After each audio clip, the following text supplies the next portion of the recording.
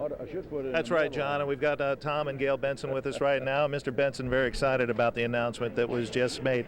How concerned are you now as you enter the legislative process that this deal will be done, sir? Oh, the legislators, I think, understand what this is going to mean to Louisiana. Not only just New Orleans, but all of Louisiana. This is a Louisiana team.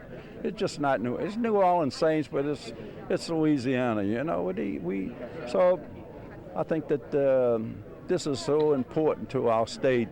Every one of these, they have some questions. Naturally, that's their job. They should have some questions. But this is the governor has squeezed every last dollar out of us, and this is a great deal for the state and the people of the state. You talk about spending family trust money, Mr. Benson. Obviously, you're committed to this city at this point. Do you anticipate down the road expenditures on New Orleans Center and Dominion Tower? Or do you think once you get it up and running, you'll be able to maintain it as any other office property in the city? Well, when we get through with these repairs that we were going to do, some of it caused by the hurricane, and this is going to be a first-class facility, like a brand new building. So we would anticipate that, except normal wear and tear, that's going to be it for a long time as far as the building is concerned.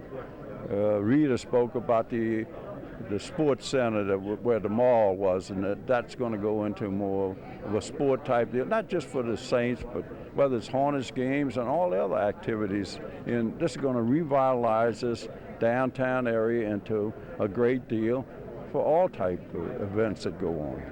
A lot of people talking about this 2013 Super Bowl. A lot of NFL interests are quoted as saying they want to get back to New Orleans. What needs to happen between now and the NFL owners meeting May 20th to make sure that you can go there and make a solid bid to get the Super Bowl back to the city? I think the commitment we had today from the governor and ourselves is going to satisfy the owners that that thing is going to go through. Anything can happen, God help us if we don't have another hurricane, but anything can happen, and they understand that. So I think that they want to come back to New Orleans. That's my feeling. So they're going to give us a blessing. If it blows up, we'll understand it, then we'll have to go someplace else. But it's not going to blow up. We're going to make it. Mrs. Benson, any thoughts? What does it mean to you to have New Orleans Center back in business? I don't have any comments. I hope she stays out of the shops, Very good. Thank you, Tom Benson, Saints owner and owner of Louisiana Media, which owns Fox 8. Obviously, a very, very happy announcement here at the Superdome this afternoon. They're talking about a new 15-year deal. John, of course, as a lot of people are saying, the devil is in the details. It now enters the legislative process where most sides here are optimistic about success, but it remains to be seen as we enter that arena. All right, John? Rob Messon live at the Superdome. And we always try to point out in doing these stories, in the interest of full disclosure, that Tom Benson also owns Fox 8.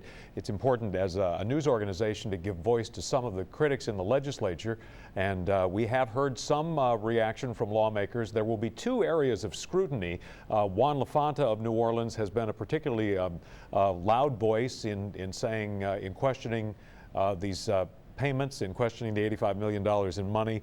And that's significant in the sense that certainly what they would like to see is those who are going to support this is a sort of a unified effort from almost all of the metro area, and certainly from the New Orleans delegation. It makes it easier for a lawmaker from North Louisiana to vote against something when you don't have a unified front. One interesting thing that gets into the mix is the millions of dollars the governor is trying to spend in North Louisiana to save this chicken processing plant, and there has been some thought that there might be kind of a less resistance from northern Louisiana lawmakers who want to get South Louisiana lawmakers to go for that. The two areas of scrutiny, it seems to me, Gabe Feldman from Tulane, is one, the $85 million from last year's budget surplus that they'll spend in modernizing the stadium, and then also the lease payments, which they would be payments the state would make for filling up the office space, which what the supporters are saying are pretty much on a par with what you would pay for premium office space downtown.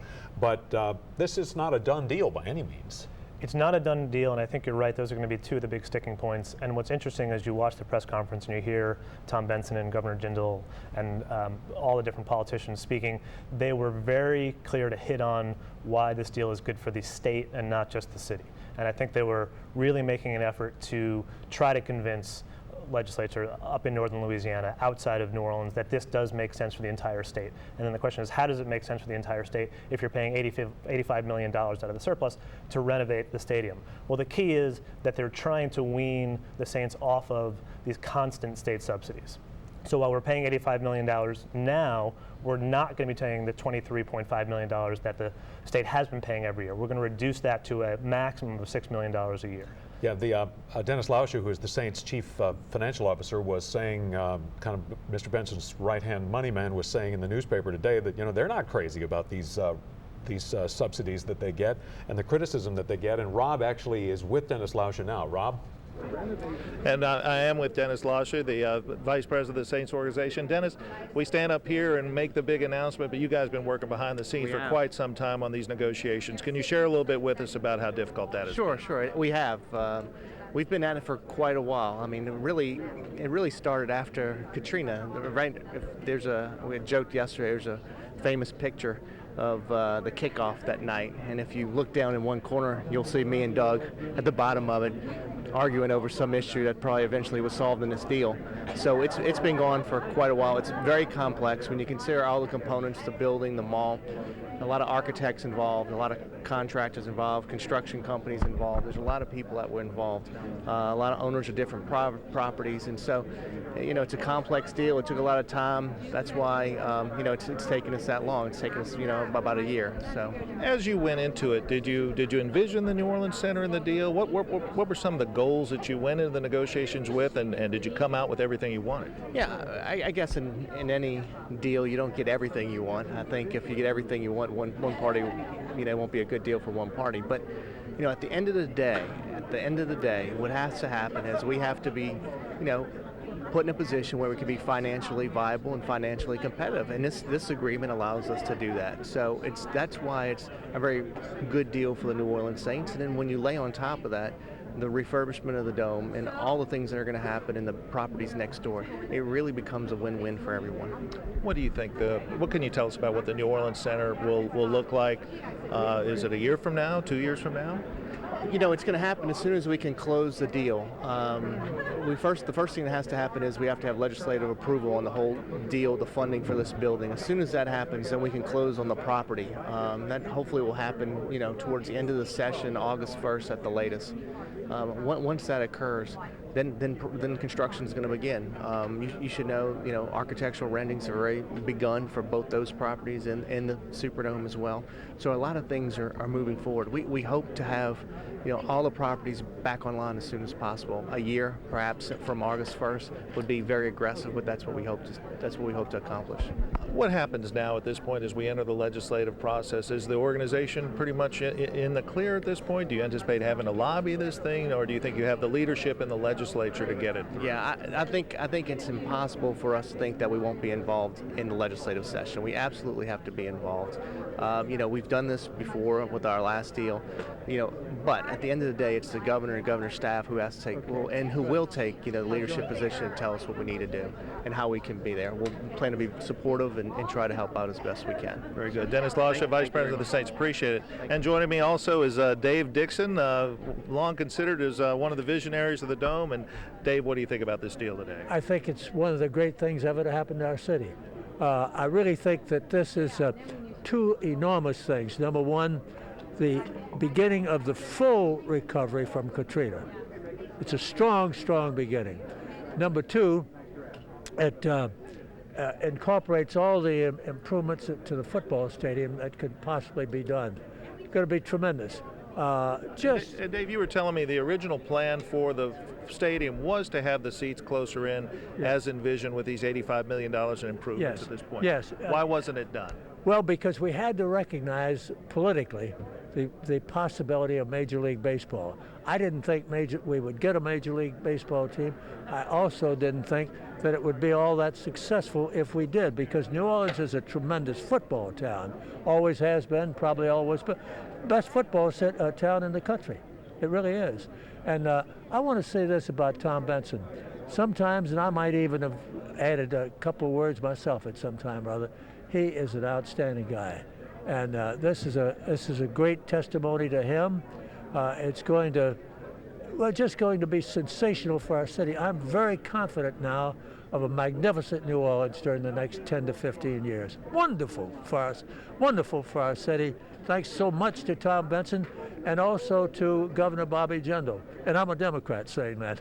All right. Thank you, Mr. Dixon. Good seeing you. And we also have Mickey Loomis, the general manager with the States, over here right now. And Jay Cicero with the Sports Foundation as well. John, 1 second. Jay, what does this deal mean to you in your efforts to attract sporting events to the city? Oh well, it's incredible, and I understand everything's has to have final legislative approval, but this deal could mean that we could attract a lot of events for many years to New Orleans, including a Super Bowl for 2013. It really helps us put together an aggressive bid for that event in a few weeks. So we're really happy about that. You've been watching this process for a long time, Jay. What any similarities or differences that jump out at you as this deal works its way through this time around? Well, I think the New Orleans Center, turning that into a sports plaza, sports festival plaza, whatever the name ends up being, is a huge part of this, and it's a very striking difference than deals in the past. And the investment in the tower, the Benson's investment in the whole thing, I think that's amazing that the whole complex can be turned into something very positive, and I think the partnership between the governor and the Bensons and the state, I think it's pretty unique as compared to last time. Tom Benson sort of refreshed my memory up there a little while ago. I do remember when this last 10-year deal was struck, there was supposed to be some discussions about a new stadium over the course of the 10-year deal. Hurricane Katrina changed all that. Mm-hmm. From your perspective, Jay, I think he makes a case that we can get by with a renovated Superdome, and I think New Orleanians and Louisianans love this building. But from your perspective, would it make a difference in attracting sporting events if we did have a new stadium? No, it wouldn't. A renovated Superdome is as great as a brand new stadium right now. I mean, you might have more publicity and other aspects that would affect, possibly bringing some other events, but a renovated dome is what everybody wants, and the NCAA has recognized that. Hopefully the NFL will recognize that in a couple weeks, and hopefully there's other events that we can all work on, sports and entertainment alike, that can come and enjoy this fantastic facility. Very good. Jay Cicero with New Orleans Sports Foundation, thanks for joining us. Thank you, Ron. And John, we have Tim Coulon with the Superdome Commission here as well, and Mr. Coulon is very experienced in these negotiations. I'm not so sure about experience. Was front and center the last time around, sort of behind the scenes a little bit this time, yes, Tim. But correct. You've been down this road before, and I'm sure you had a tremendous amount of influence on that deal. Well, actually, it's just an unbelievable partnership that was formed today. I don't think people can really comprehend. We've had a vision here. This is the biggest state. Most prestigious state asset to expand the footprint, the Dominion Tower, the New Orleans Center. This is all going to become a reality, as well as the tailgating possibilities and so forth, and keeping the Saints for an additional 15 years, limiting the state's investment. I mean, it's really hard to absorb the amount of things that happened today and what's going to take place in this transformation over the next few years. And I commend the governor and Mr. Benson. I mean, unbelievable relationship, and now we have to convince the legislature across the state what a good deal this is for the entire state.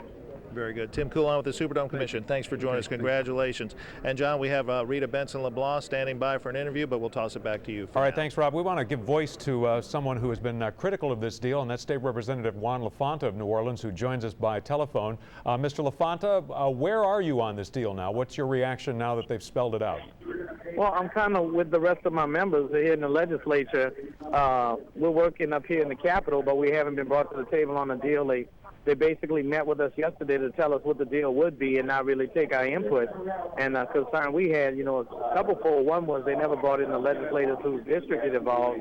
And then secondly, they never talked about when they split the surplus they're going to make from this, because LSED and Tom Benson are going to make a profit from this thing.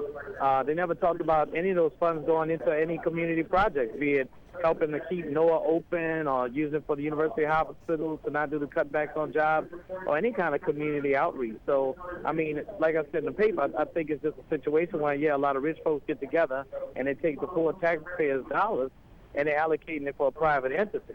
Do you, Mr. LaFonta, let me ask you for a moment. Do you have a moment to hang on there? Yeah. Hold on for just a moment, because we're going to cut back. We're about to lose, I think, Rita Benson. So before that happens, if you'll bear with me, please, hold on for just a moment. We'll get right back to you and go back to Rob Masson as they wrap up the event there. Rob? That's right, John. There are still a lot of people in the room with me now. Of course, Rita Benson LeBlanc, Saints owner Tom Benson's granddaughter and one of the principals in the organization. Rita, how do you feel about today's announcement? This is an incredible culmination of so much work from everyone involved, from the governor's office and from ours, and I just couldn't be more proud of something that just put so much into the ground. It will be an entirely brand new Superdome. It will be a new stadium, and it will be an asset and tool for our community, not only for the Saints games and Super Bowls, but other events, Essence Festival, and it's just something our entire state can be very, very proud of. Your grandfather was talking about using the trust fund for New Orleans Center. I think that's exciting to a lot of people, but it's got to be exciting to you as well. What do you see as the potential there with New Orleans Center? I think there are a lot of elements that we can incorporate with some other venues, entertainment venues that are around other stadiums. But my hope and our intention is to build something that is visionary, that has some architectural elements that will make us global class. It's not, just world class. Another iconic element, there's the French Quarter, there's the Superdome, and then also this venue. So we're open to some ideas. We've got our own ideas and concepts, and we're really looking forward to incorporating a lot of our key partners. Obviously, Ochsner was making an announcement here today. That's another exciting piece. And so, as we find out what's happening with the Hyatt and other people that we can partner with, it's all about unity and inclusion and just moving forward. Very good. Rita Benson LeBlanc, thanks for joining us. Congratulations. And that's the story here from the Superdome. We're going to have a briefing to get a few more nuts and bolts on the deal coming up in a short while, John, and we'll be bringing our viewers more on that coming up on later editions of Fox 8 News. All right, thanks, Rob Masson, live at the Superdome. And let's get back to Juan LaFonta. Mr. LaFonta, first of all, thank you so much for your indulgence. We were about to lose Rita Benson. What I'm hearing from you is that part of your concern is you just weren't in the loop, and that there hasn't been voice from legislators as to how these dollars would be spent. I mean, from a practical standpoint, it's a private negotiation. You can't do it in public, so what are they going to do? Well, from a practical standpoint, you're still dealing with state monies, and we do still occupy seats that effectuate the areas that are being impacted. And we're in a session where you're talking about budget cuts in health and education. You would think before you take some surplus dollars out, especially the tens of millions of dollars they're talking about, they give us a leverage point that we can go back to our community and say, although we're giving this to the Saints and the LFCD, we're giving them this money and this infrastructure, this is what we're going to do to satisfy your voters and your people in your base, And normally we don't operate deals. We don't have deals like that here. We always have a component, or you at least try to have a component where the community needs get met as well, and some trickle-down formula of eventually impacting economics is not something that's going to take care of the people at the New Orleans Adolescent Hospital or at University Center. So I'm just concerned that we're making this big old deal, and there's been no concern of the people who are players or community leadership to really involve them or to get money into their pockets. And at the end of the day, we're going to give Tom Benson a free building. We're going to give him a state lease, which will probably be perpetual. He can use that to pay for the building. And we're closing down University Center Hospital. No, I just don't know where our priorities are. Now, a couple of questions there. Do you, first of all, would you hope to affect changes in the deal? Either. Oh yeah, let me tell you something. I'm on the floor of the House right now. There's not a whole lot of people excited about the fact that the governor went and cut this deal. The leadership in the House, some of the people here have talked about not supporting the deal specifically because they can't explain to their people why we're spending all this so we're cutting health care and education. This is going to be a very difficult sale on this House floor. And the governor has to come to grips with the fact that he has to deal with people other than the folks that he's comfortable earmarking his leadership. Last I checked, the LSCD board and Tom Benson, all those folks are not elected people, okay? And they represent their business interests. And look, they're getting good off of the deal.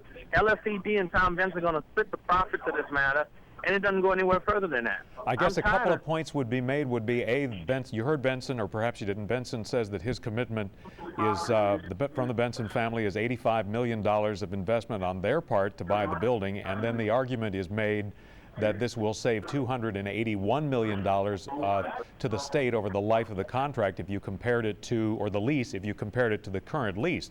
Does that sway you? I mean, it doesn't sway me because they're not saving it because it's not expended yet because they don't have a new deal yet. And what they're not discussing is the amount of surplus that's going to come from the fact they're going to rebuild these facilities, that they're going to generate more business, that they're going to make more revenues and more funds off of it. And there's no percentage that goes to help one education of any kid or any health care that's in the city. I mean, there's got to be something that helps the people of the city of New Orleans when you take out that much tax dollars. I mean, for $85 million, you know how many schools I could fix and how many health care clinics I could open?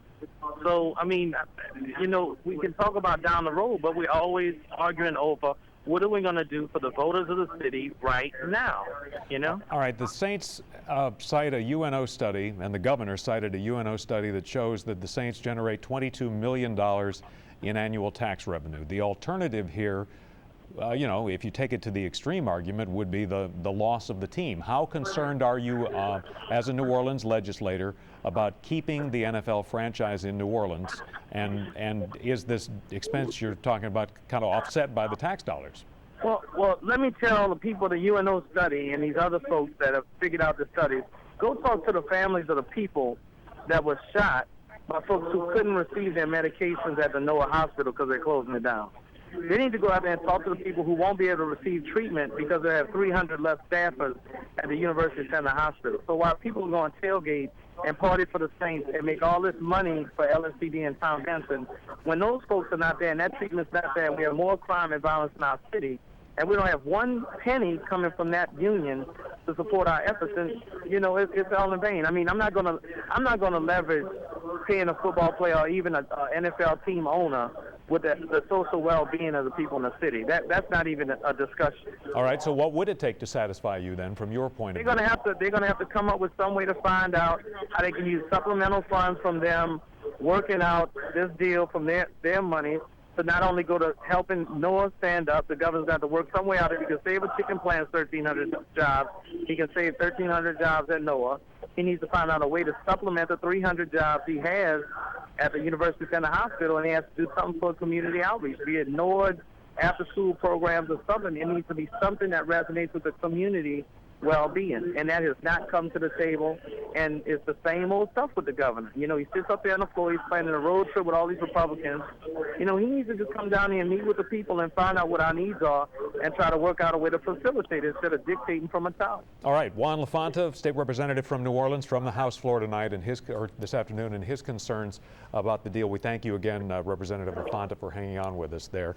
Let's get back to Gabe Feldman just for a moment, sports law professor at Tulane. And you know, there might be people looking at this and saying, what is this deal? They're doing the state's helping them in buying this New Orleans Center thing, and why is this all being done? Your argument was that this is kind of a trend around the country as opposed to something that we don't necessarily have sports teams leasing space, but this kind of deal is not that far-fetched in your mind? It's not that far-fetched, and I really do think it is a trend, and the question is, why has it become a trend? If you think about what this deal could have looked like, this could just have been a deal involving the Saints, how much money goes to the Saints, what happens to renovations to the Superdome. That's all it could have been, just Saints, just Superdome. What they've done here is expand it beyond that to say, well, how can this help the city, how can this help the state? We can do more than just make renovations to the Superdome. We can revitalize a downtown area. We can take a unused building. We can take an unused mall. We can open those shops there. We can open stores, we can open restaurants. That's going to build up that whole downtown area. That's going to bring more money into the city, into the state. So the question is, how is this really helping the city? How is this helping the state? Other than the team, we now have an answer. And we're seeing this in other parts of the country. We're seeing this with the New Jersey Nets and their deal in Brooklyn. They're not just building a stadium, they're building a whole sports complex. And then, you know, we have one other graphic that we haven't shown yet, and that is this graphic that shows that area people are very familiar with between the shopping mall and the stadium, the dome itself, which is, they're talking about a plaza area with, there it is, with, you know, you see the big digital television, the great giant screen. One of the ironies of this area, it seems to me, is that if you go to Tiger Stadium and watch one of the great tailgating experiences in the country, on Sundays, the fact is that the tailgating or party atmosphere experience in New Orleans is not what you would find even in Houston or places like that. We really New Orleans really, for all its party atmosphere, hasn't managed to duplicate the sort of tailgating experience that might take place in Green Bay or in some of these other communities as part. And the thing there, I guess, is creating a fan experience, I guess they call it. It is creating a fan experience. It's creating a place near the stadium where fans can congregate before and after the game, and I think maybe even more importantly, on days where there are no games. So we're not just using it on Sundays during Saints games. We're also using it Monday, Tuesday, Wednesday, Thursday during the week. People are going to that as a destination unto itself. People are using that mall. People are using those restaurants there. And what's interesting about New Orleans, and if you compare New Orleans to Green Bay, both small markets, the significant difference, or one of the significant differences, in Green Bay, the Packers are really the only show in town. In New Orleans, we have lots of shows in town, so there are a lot of other things for New Orleanians to be doing other than tailgating outside the Superdome. Right. Although one of the differences, too, is that, you know, Green Bay is by far the smallest market, but if you've ever, you know, the flagship station for the Green Bay Packers, the radio station, is in Milwaukee. This is Milwaukee's football team in every sense of the word, and there are something like 8 Fortune 500 companies between Milwaukee and Green Bay, on top of companies privately like Kohler's. So they've got something to tap into that New Orleans does not. Absolutely, and they're a unique small market. Their team is publicly funded. There's public ownership of that team. It's a much different situation than we have here in New Orleans. And I think they both represent unique situations, and they both needed to come up with unique ways to raise revenue for the team, to make it make sense to keep the team there.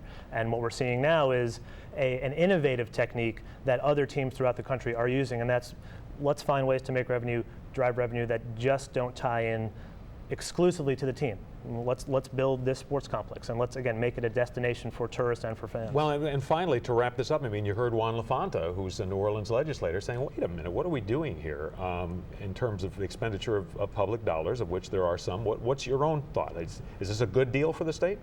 It is a good deal. Based on what I've seen so far, it is a good deal, because right off the bat, if we believe the numbers, and you have to take a closer look at this, but they're in the long run saving the state money. And right off that, that's obviously a good thing. We're putting this $85 million up front to renovate the stadium, but that should come back to the city, that should come back to the state with more tax dollars. It's creating more jobs, it's creating more restaurants, it's creating sources of revenue. And it's also, again, weaning us off of this deal where every year the state is indebted to $23.5 million and $280 million if we continue this through 2025. Which may be the selling point in the legislature when it gets right down to it. Absolutely. All right, Gabe Feldman from Tulane, thanks so much for your time this morning. It is still this morning, and where we will go from the rest of it is just to recap the Saints signing the memorandum of agreement today with the state for this lease that would take them out through 2025. It is not a done deal, needs the approval of the NFL, and as you heard, lawmakers. And although they have the key lawmakers, the leadership, and some other people, you saw John Alario in the audience, perhaps the powerful senator from the West Bank, they need votes like that. It is something that will get a lot of scrutiny in the legislature and that we'll be following. On our website, by the way, we have some information for you. There's a link to the Saints video presentation that lawmakers saw yesterday, and also some graphics, some interactive stuff that will spell out for you exactly how this deal would change the real estate landscape in New Orleans. We'll have reaction to this story throughout the day, and on coming up, of course, on Fox 8 News at 5 and again at 9. For now, for Rob Masson, I'm John Snell, Fox 8 News.